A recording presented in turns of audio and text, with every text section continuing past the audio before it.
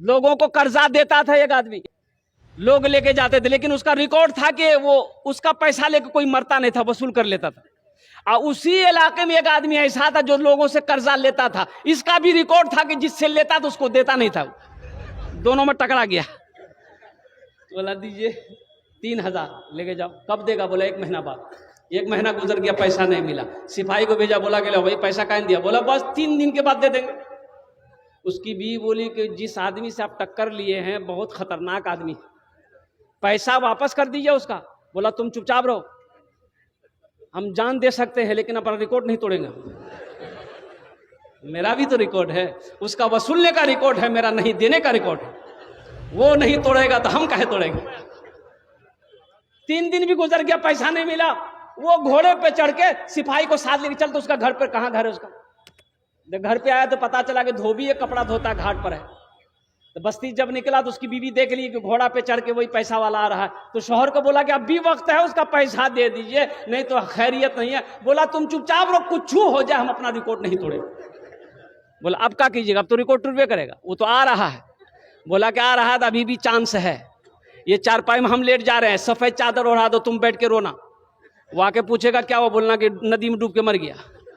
और जब मर गया तो कैसा पैसा? बैठा रो, बेचारी रो रही है। आया पूछा कि भाई क्या हुआ? बोला मालिक किस्मत खराब चले, नदी में कपड़ा धोए गए, पैर फिसली गए, मरी गए। बोला अच्छा। तो अपने सिपाही से बोला कि ये तो मेरा रिकॉर्ड तोड़ देगा, आज तक मेरा पैसा लेके कोई मरा नहीं है, ये पहला आदमी होगा, तो हम अपना रिकॉर्ड तोड़ेंगे नहीं। ऐसा करो, अस्तूरा निकालो और इसका चमड़ी खींच लो। अब वो चारपाई में सुन रहा था। अब वो सिपाही लिया अस्तूरा, और जब चारपाई के पास गया, चादर उठाया तो उठ के बैठ गया। बोला नहीं मालिक, हमारा रिकॉर्ड टूट गए। कर्जा किसी से लो तो कर्जा वापस करो, किसी का कर्जा लेकर मरना नहीं। अल्लाह अकबर कबीरा, अल्लाह हर गुनाह माफ कर देगा, कर्जा माफ। बच्चा जो मोबाइल देखकर गाना गा रहा है, अभी 4 साल का बच्चा है, मोबाइल देख करके जैसे जैसे मोबाइल में कमर हिला रहा है, बच्चा भी कमर हिला रहा है। तो माँ बोली अपने शोहर को कि देखा जब मुन्ना कितना चालाक चुके। बोला फॉरवर्ड है, एकदम फॉरवर्ड होगा, ये जो देखता है नकल कर लेता है। तो उसका दोस्त बोला कि फॉरवर्ड होगा, इसको प्रोफेसर बना दो। दूसरा बेटा पैदा हुआ, वो भी फॉरवर्ड, बोले इसको ऐसा करो वकील बना दो। और तीसरा बेटा पैदा हुआ, एक आंख का काना, एक पैर का लंगड़ा, जहां बैठा दे वहीं बैठा रह जाए, नाक से नेटा चूरा, मक्खी पड़ रही है। तो बाप बोला कि मेरा नाम डुबा देगा, पता नहीं क्या करेगा। तो उसका दोस्त बोला काहे नाम डुबाएगा, कुछ तो करेगा, मदरसा में भर्ती कर दो, मौलवी साहब बना दो। लंगड़े मौलवी साहब है थे। अब जरा ईमानदारी से बचाइएगा। वक्त गुजरता रहा, बाप का इंतकाल हो गया, एक बेटा प्रोफेसर बन गया, एक बेटा वकील बन गया, और वो लंगड़ा बेटा हाफिज कुरान बन गया। बाप का इंतकाल हो गया, सारे लोग जमा हो गए, तो जनाजे की नमाज कौन पढ़ाएगा? वकील साहब पढ़ाएंगे कि प्रोफेसर साहब पढ़ाएंगे? के पढ़े थे बोलो नहीं? वकील साहब से किसी ने कहा कि वकील साहब जनाजा पढ़ाइए। नो नो नो नो, काहे नो? 5,000 रुपया 10,000 रुपया महीना देकर बाप इंग्लिश मीडियम स्कूल में पढ़ाया है, अब बाप मरा है, जनाजा नहीं पढ़ाएगा? बोले ये मेरा काम नहीं है।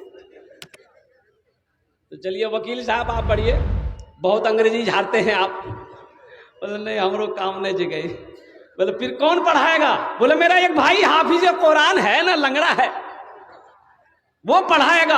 हजारों के मजमे को चीरता हुआ वही नाकारा बेटा, वही बेकार बेटा जिसको बेकार समझा गया था, मदरसे में डाल दिया गया था, वही बच्चा हजारों के मजमे को चीरता हुआ आगे बढ़ता है, बाप के जनाजे की नमाज पढ़ाता है। अब बताओ बेटा कौन काम आया? अरे कौन बेटा काम आया बोलो? हम अंग्रेजी के खिलाफ नहीं है, अल्हम्दुलिल्लाह हमारा बच्चा इंजीनियर भी बने, डॉक्टर भी बने, प्रोफेसर भी बने, मास्टर भी बने, अल्हम्दुलिल्लाह मेरी दुआ है। हमारी कौम को मास्टर की भी ज़रूरत है, प्रोफेसर की भी ज़रूरत है, वकील की भी ज़रूरत है, इंजीनियर की भी ज़रूरत है, डॉक्टर की भी ज़रूरत है, साइंसदान की भी ज़रूरत है। लेकिन साथ ही साथ दुनियावी पढ़ाई के चलते कुरान को ना पढ़ना, दीन की पढ़ाई को नज़रअंदाज कर देना, ये सबसे बड़ी बेवकूफ़ी और जाहिलियत है। जिसने अपने बच्चे को दुनियावी तालीम दे दिया, एमए से एमए करा दिया, सारी दुनिया की डिग्रियां दिलवा दी, अगर वो अपने बच्चे को कुरान नहीं पढ़ाया तो कुछ नहीं पढ़ाया। अगर उसने अपने बच्चे को कुरान नहीं पढ़ाया तो कुछ नहीं पढ़ाया। अगर उसने अपने बच्चे को कुरान नहीं पढ़ाया तो कुछ नहीं पढ़ाया। अफसोस का मकाम है मेरे नौजवानों, मेरे बुजुर्गों, अल्लाह अकबर कबीरा।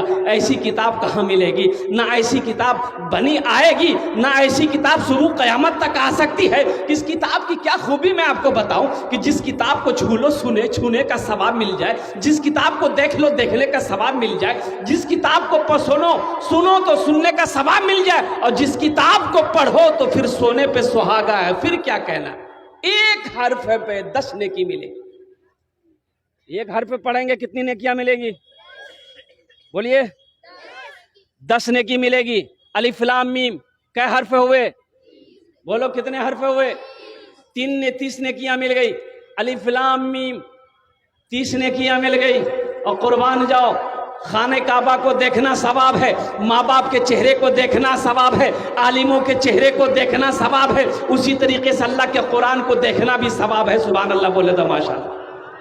अल्लाह के कुरान को देखना भी सवाब है। ए नौजवानों, ये पैगाम लेकर जाओ। पहले तो कोशिश करो, अल्लाह तौफीक दे तो कोशिश करो, कुरान पढ़ने की कोशिश करो।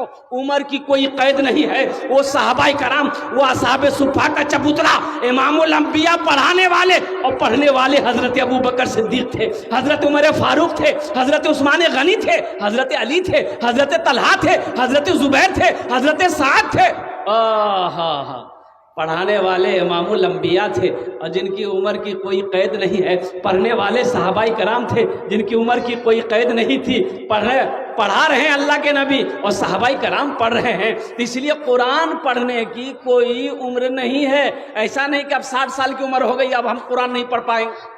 काहे नहीं पढ़ पाएंगे? इंशाअल्लाह आपकी लगन अगर अच्छी है, मेहनत अगर आप करेंगे, शौक अगर आपके दिल में है, मोहब्बत, कुरान की मोहब्बत अगर आपके दिलों के अंदर में है, तो इंशाअल्लाह आप मदरसा फैजुल उलूम में, शमसुल उलूम में, ज्यादा नहीं हम कहते हैं 3 से 6 महीना मेहनत कीजिए। आप 10 मिनट रोजाना निकालिए, सिर्फ 10 मिनट निकालिए। कारी साहब को, मुफ्ती साहब को, इमाम साहब को बोलिए हजरत बस 10 मिनट हमको रोजाना दे दीजिए आप। इंशाअल्लाह 3 से 6 महीने ले लगेंगे। ये कुरान का मोजज़ा है। कुरान कहता है तुम हमसे मोहब्बत करो, अगर हम तुम्हारे सीने पे ना उतर जाए तो फिर मुझे क्या कहें। मैंने 75 साल के 2 बूढ़ों को कुरान पढ़ाया, अल्हम्दुलिल्लाह। सुभान अल्लाह बोले तो माशाअल्लाह। 75 साल की उम्र हो गई, हाथ सही से काम नहीं करता था। ऐसी उम्र में अल्हम्दुलिल्लाह 6 महीने लगे, अल्लाह ने कुरान पढ़ना सिखा दिया।